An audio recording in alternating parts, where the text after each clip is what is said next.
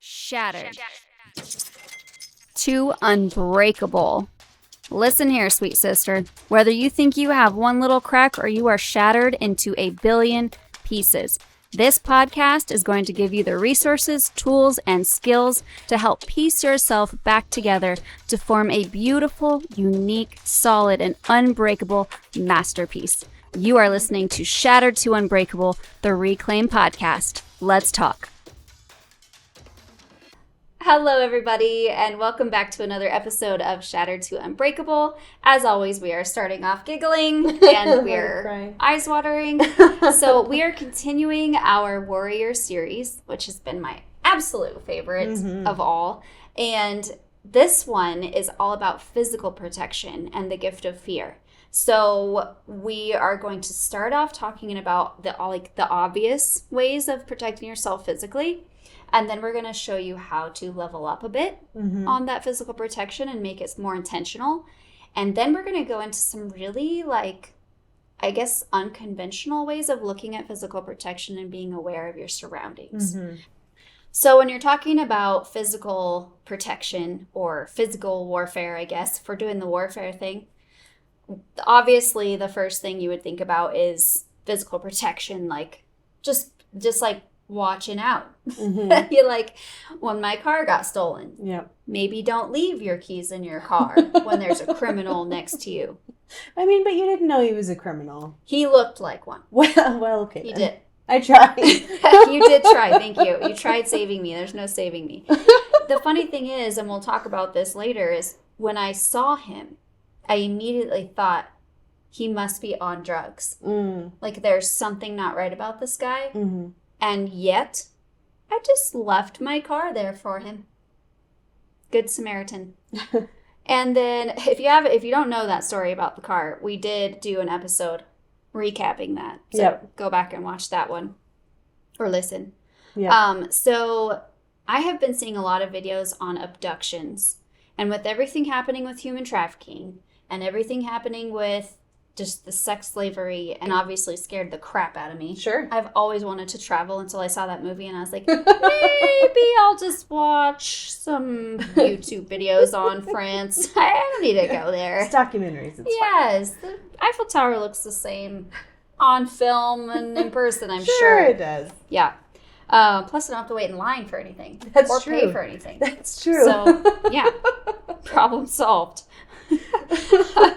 So, just like some little tips about protecting yourself, just the obvious ways are lock your doors to your car. And I mean like right when you get in the car, because I know us as women have a tendency to be wearing 7 bags when we get in the driver's side, and it takes a while to unload each bag after you've gotten in with them all still on, and then trying to puzzle piece them all into the... Is that just me, or does that happen No, that's the thing. Why do we do that? I don't know.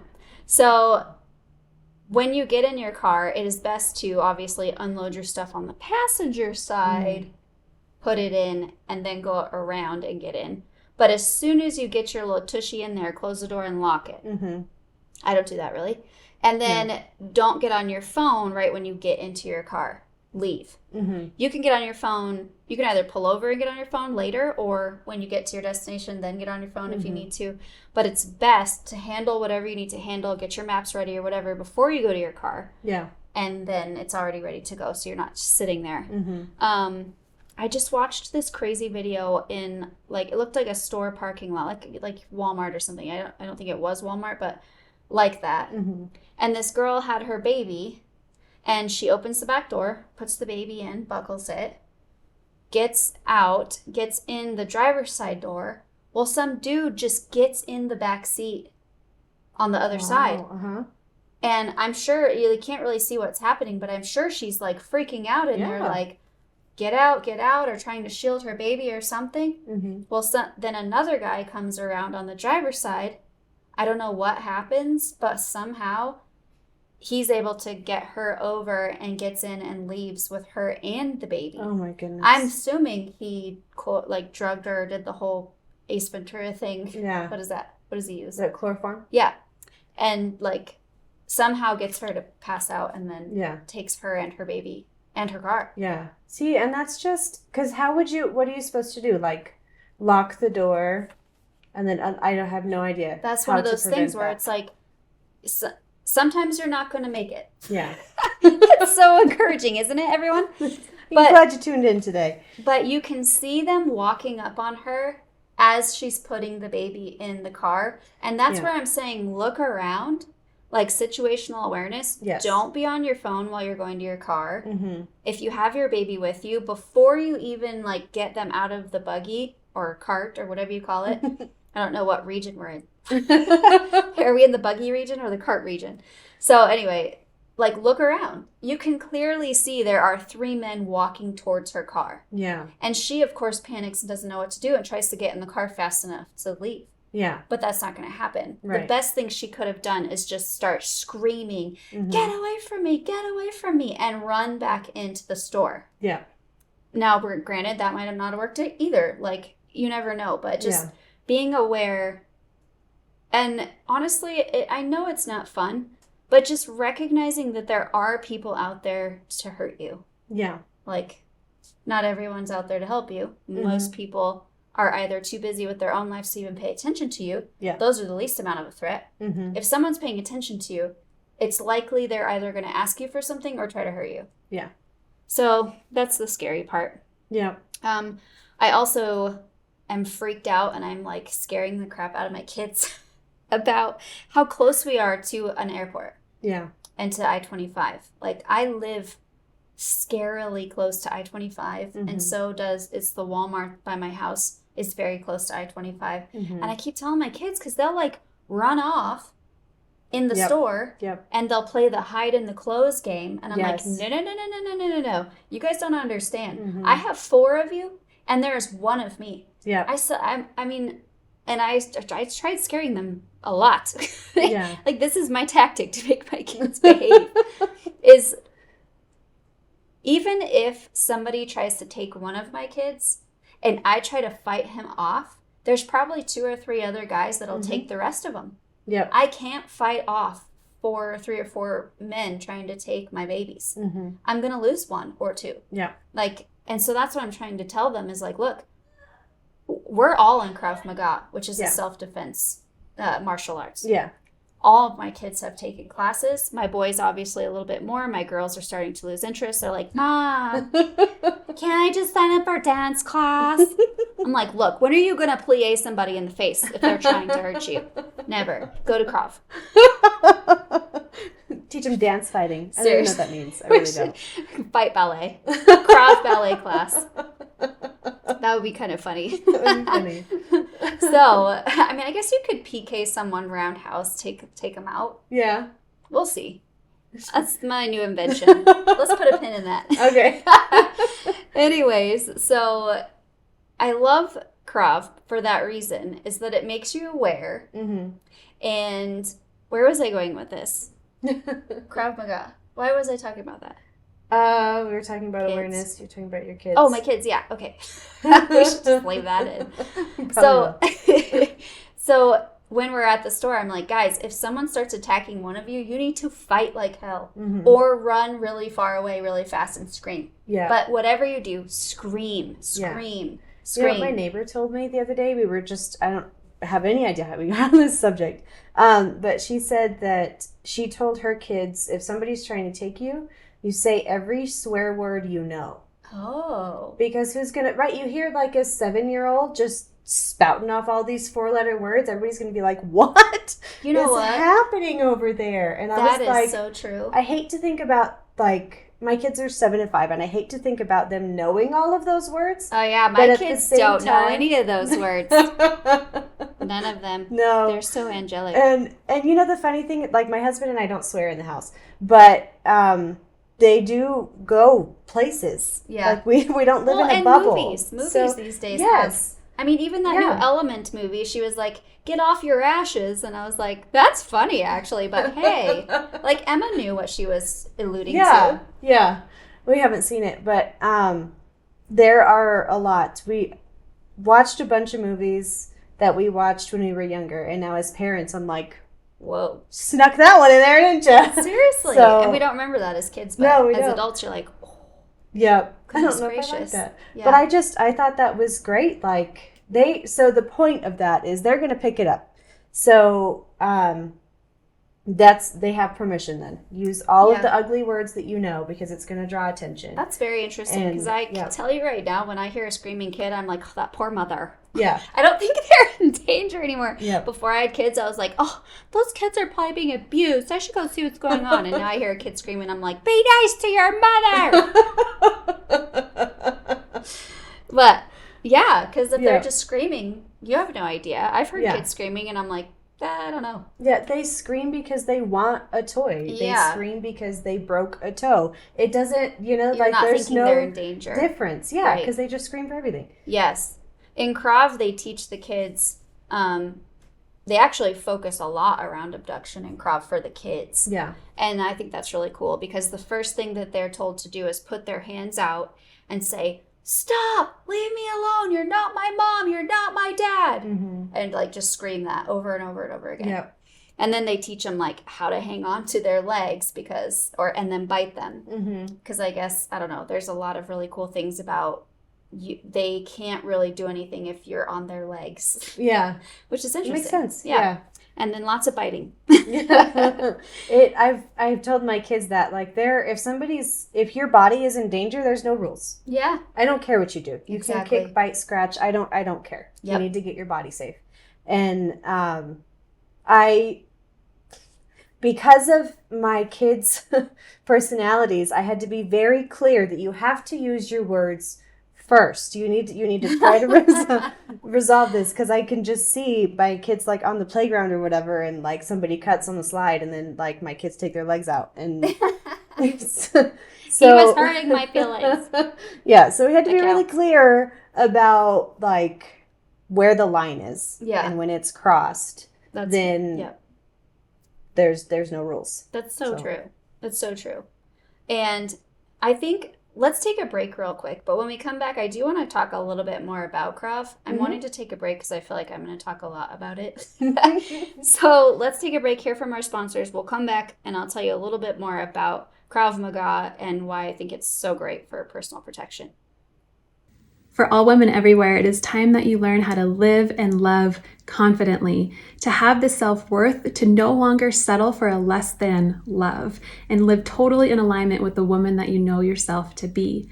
My name is Bree Wolta. I'm a relationship clarity coach, EFT certified practitioner, and I am currently enrolling only 4 women into my signature group coaching container called Becoming. I will guide you as you work through the mindfuck of confusing relationships and heal alongside other women who get it so that you can become the best version of yourself and attract and hold healthy love. We start this September, so schedule your free session so that you can experience my work and see if Becoming is aligned for you.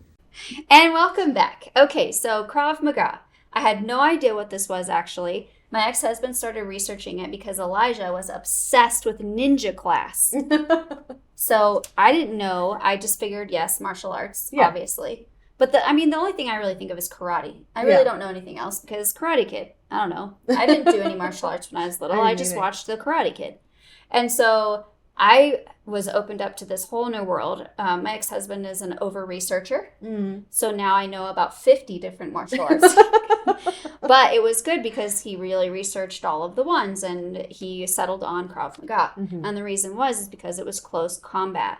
And it was self-defense mostly. Yeah. And really, in the real world, you're not really going to use fighting other than self-defense, or you shouldn't. Right. Unless you're in the military. So I felt like that was a good one.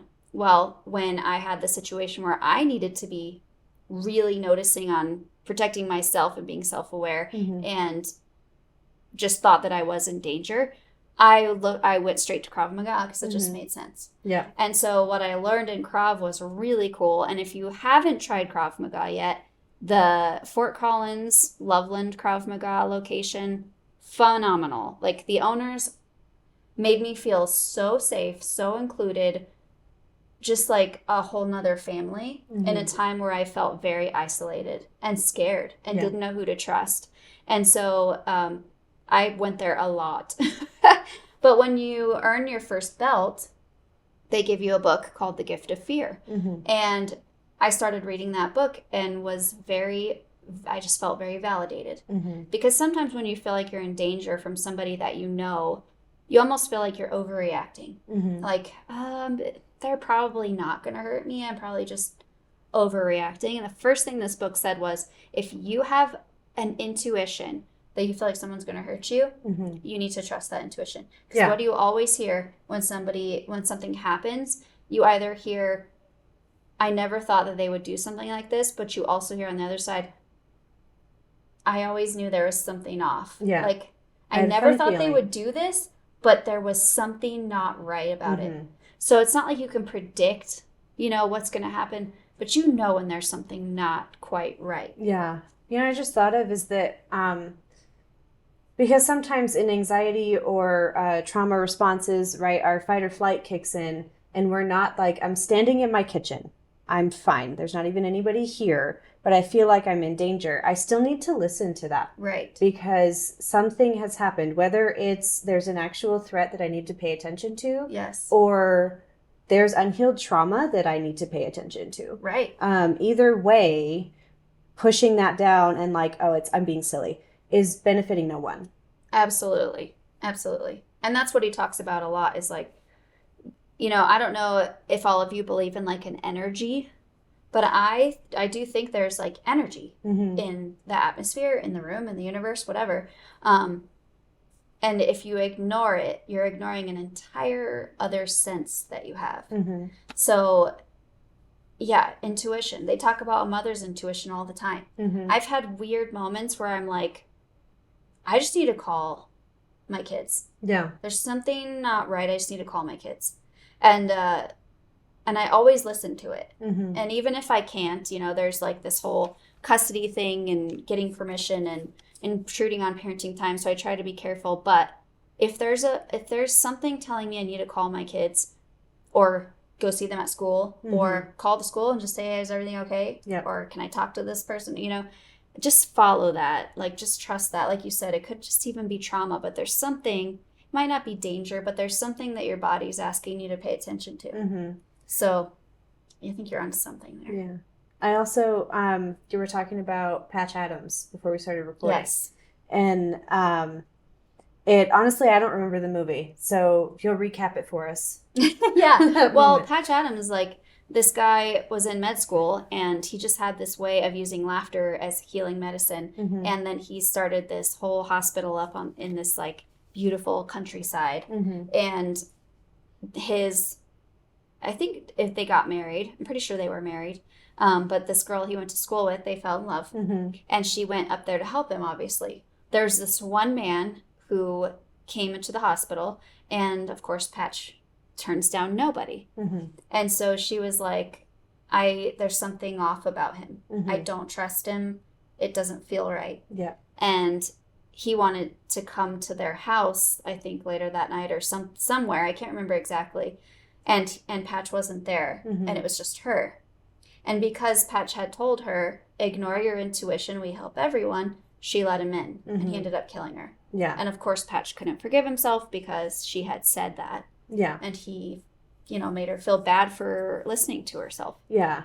And that so when you brought that up earlier, it made me think about the fact that it's not like, men, it's not your fault, but you're never going to know what it's like to be a woman. So when we're talking about like that situation, like you're never going to understand really because you're not a woman. You have to trust what we're saying. And maybe it's a trauma response, like that's kind of irrelevant for this. Like you need to trust our intuition because it's not something you're ever going to experience. And us as white people, when we're talking about the BIPOC community, I need to trust your intuition because I'm never going to know what it's like to be a part of that community. So if you tell me you feel unsafe, you feel unsafe. Whether I think it's warranted or I feel safe or not, we're not talking about me. We're talking about you and how you feel. And we need to trust the intuition of people groups that we are not and cannot ever be a part of. I love that. And I think it's so important because when somebody's voicing an intuitional feeling to you and you're like, oh, that's just silly, you're fine. Mm-hmm. And we'll say that to our kids a lot. Well, I say we. I could just be talking about me, but there's been times where they'll voice something and I'll be like, oh, that's just silly. That's not what's happening. But we can't do that. Yep. Especially with each other. If there's an intuition feeling, even though you think it's wrong, like you said, it needs to at least be acknowledged, and not shoved under a rug, or nobody needs to be told that they're silly for thinking what they're thinking. Right. And on the, like I mentioned earlier, it could be their trauma response. Yeah. So do they not have the right to voice that and work through that trauma with you? Right. You know, if anything, just walk through it with them and show them it is a trusted experience, but not telling them they're wrong, but saying, I'm here with you. If you want to try, I'm here. Well, and the definition of gaslighting, right, is denying somebody else's reality. That's so true. Like, let's not gaslight each other. That's not. There's a meme that I saw, or maybe it was a reel. It was funny, but it was like, I think I'm going to start gaslighting you. And the other person was like, you're going to gaslight me? And she goes, it's not what I said. Yeah, I saw that one. I love that. It kind of like, it's made me uncomfortable. Right. It's a short, poignant, accurate demonstration of what gaslighting really is. Yeah. Ugh. And we can gaslight ourselves too. Yeah. Like, oh, don't be silly. That noise was just whatever. Like, no, if that noise scared you and you need to investigate it, go investigate it. Yep. Go see what it was. It might be nothing, but it might be something you need to call 911. Yeah. You know, if that kid is screaming and you're not sure if the kid is just mad because it didn't get a toy or if it's being abused, go check it out. Yep. Go see why the kid is screaming. Yep. You know, you can tell if somebody's trying to cover up something going wrong, or if a mom answers the door exhausted, like, do you want to go tell him he can't have popsicle? Right. Like, be my guest. Yeah. You know, like, I don't know. So, I think just validating each other. We were talking in a meeting I was in this morning about not how similar we all are, which is so funny because I preach about us being so unique, like 1 in 400 trillion. You know, your DNA is so unique, and that's so true. Your DNA is so unique. But the fact is, as humanity, like as humans, we are so incredibly similar. And I think that the only way for us to stop fighting and become unified is to stop talking and just like live our values. Yep. Just do and be and connect and stop talking about it as we're on a podcast. We're going to talk to you about it. Oh, that's pretty ironic, but it's important. So as I'm talking about Krav Maga and bringing it back to this gift of fear, there were 2 things I wanted to end the episode on. And one of them was behavioral context. So, and this was like, I'm not even sure how to tie it in. I just think it's important to note that there's context to behavior. So I was telling Aubrey earlier, it's like if you see a guy running upstairs, if he's running up bleachers, you think he's working out, especially if he's with a team and he's wearing a uniform, right? But if you see somebody running upstairs and you're watching a Broadway show and nobody's supposed to go on stage, and this guy's running upstairs, that's alarming. Yeah. That same action of somebody running upstairs, but it's the context. What are they wearing? What's the situation? Who's around? So being aware of the context of people's behaviors, how they're talking, what they're wearing. Like sometimes you see something out of place and you need to listen to it. And we kind of already touched on that, but I love that this is what this was talking about. And then the last thing I wanted to talk about was threats. This blew my mind when I was reading about this. So when it comes to threats, what it was saying is like 90% of people who actually threaten don't do what they threaten to do. It's just a form of intimidation. Ask any parent of a toddler. True. True. And I think he even used that. Like, we threaten our kids, but will we really do it? You know? Yeah. And so what I loved about the talk about the threat is it has the power you give it. So if somebody's threatening you and you show fear, you show this like trembling, shaking, wide-eyed, take a breath, freeze moment, or running away or screaming, they have power. That threat has power. That person now feels like they can control you with your fear. Yeah. And I love that then he talks about if someone tries to threaten you and you look unaffected. the threat has zero power because odds are this person is not going to do anything. Most of the time, people who want to do something do it before they threaten it because they don't want you to find out. Yep.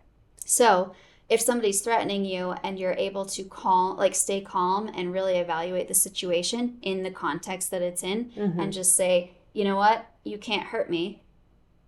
I'm going to stay calm. And if you're unaffected, I mean, I have so many great examples of this in my history of relationships with certain people. Just be so careful how I say it. To where I've been threatened. And my first reaction before I did all the research was to be like, oh my gosh, can he really do this? What do I need to say? What do I need to do? How do I fix this? What do you want from me? You know, I would respond with obviously very emotional responses because I was scared. I was scared of losing the most precious thing in my life. And so I didn't know what to do. So obviously I submitted. Like, what do I need to do? Obviously that gave him more control over me. Well, once I learned that that's the tactic and I don't have to live that way, then I was able to say, go ahead. Yep. Go for it. Try. Do you need anything from me? You want me to sign some papers? What do you need? Like, when I stopped responding with fear, it completely removed the power and he had to try a new tactic. Yep. And that didn't work, so he tried a new tactic. And that didn't work, so he tried a new tactic. And that didn't work. Some of these tactics were very, very scary. I'm talking extremely scary, life-altering, life-changing accusations, investigations, things that you wouldn't even dream of being accused of as a parent were happening. And the fact that I was able to stay calm and emotionless benefited me greatly. Yeah. It removed power. It removed authenticity. It removed like all of the factual things he was trying to say that weren't facts. And it all ended in my favor because I was able to remain unaffected by the threat. Yeah. So obviously if someone's like physically threatening you and you're feeling dangerous, not what I'm talking about. You guys are pretty good about understanding context of Aubrey and I's conversations by now.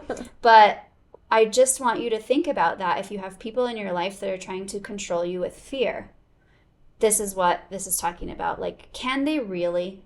Are they really going to? Or is this just an intimidation factor for control? Yeah. So be careful how you use that, but you can play around with it. The Gift of Fear is a great book if you want to invest in it. I'm so blessed that it was given to me because I started reading it right away.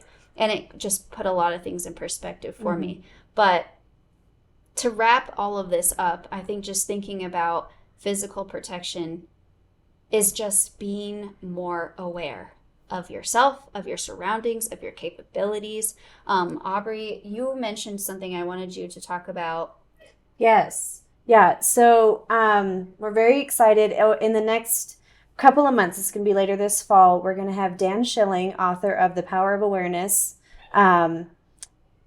talk about his book and his institute. He's the founder of the Power of Awareness Institute, and it's talking about this, being aware of your surroundings and minimizing the threat. He is a Special Forces veteran, so he has lots of military training around this, and he's sharing that with us. So we're really excited. Stay tuned for that. We'll let you know when it's coming, but Dan Schilling is going to be a host and talk about how we can use our power of awareness. I love that. And it really is a power. It's a power. Yep. And if you take it one step further with the self-defense class, that is like the coolest thing to me. And you said something earlier about being able to do something and showing restraint is actually a superpower. So like, that's what I interpret it as.